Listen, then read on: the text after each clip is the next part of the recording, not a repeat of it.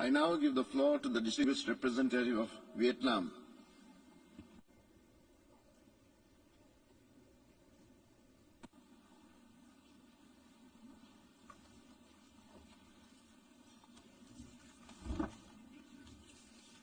Mr. President, Mr. Secretary General, Excellencies, more than 70 years ago, the founders of the United Nations instilled into the Charter their hope and aspiration to save succeeding generations from the scourge of war.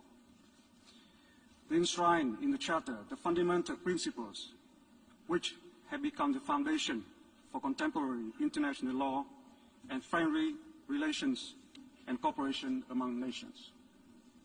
However, actions not in line with these principles continue to pose serious threats to international peace and security and development of nations and the people.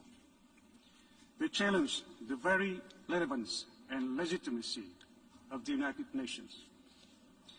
For a number of times, our nation's own history of enduring war have shown that too often wars and conflicts until today stem from obsolete doctrines of power politics, the ambition of domination and the imposition and the use of force in settling international disputes.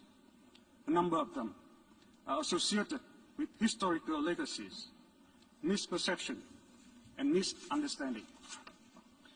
Vietnam understands firsthand that once broken out, wars and conflicts only cause enormous suffering to human beings and grave consequences for many aspects of the life of nations directly involved as well as of others.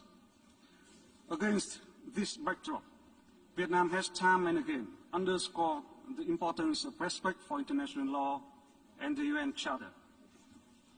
All international disputes should be resolved by peaceful means based on the fundamental principles of international law and the United Nations Charter.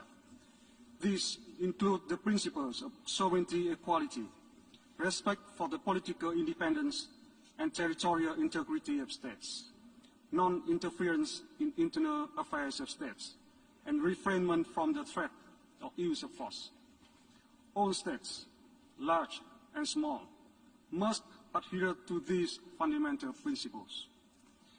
Vietnam, therefore, has been extremely concerned over the ongoing armed conflict in Ukraine, a sovereign member state of the United Nations.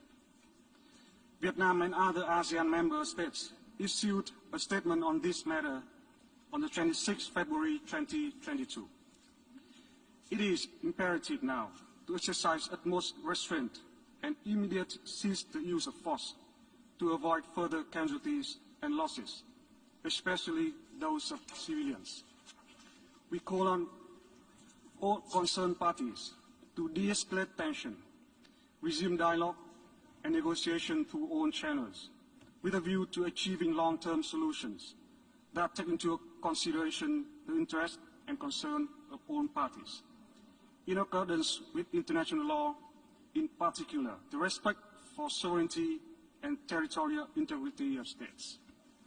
Such a solution will put an end to the ongoing sufferings and make major contribution to peace, security, and development in Europe and the world at large.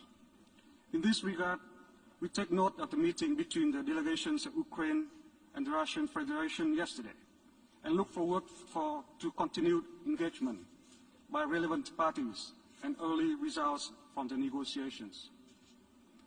At the same time, it is of critical importance to safeguard the safety, security of the people and indispensable civilian infrastructure in line with international humanitarian law. To create a favorable environment for such objectives, we call on the international communities, countries in and beyond the region to continue their support for and facilitation of dialogue among parties. We encourage greater efforts to scale up humanitarian assistance for civilians and command operations by the UN and other partners in the last few days to assist people on the ground, including refugees. It is also essential to ensure safety and security for all foreign nationals living in Ukraine, including Vietnamese nationals, as well as the facilitation of their evacuation. I thank you.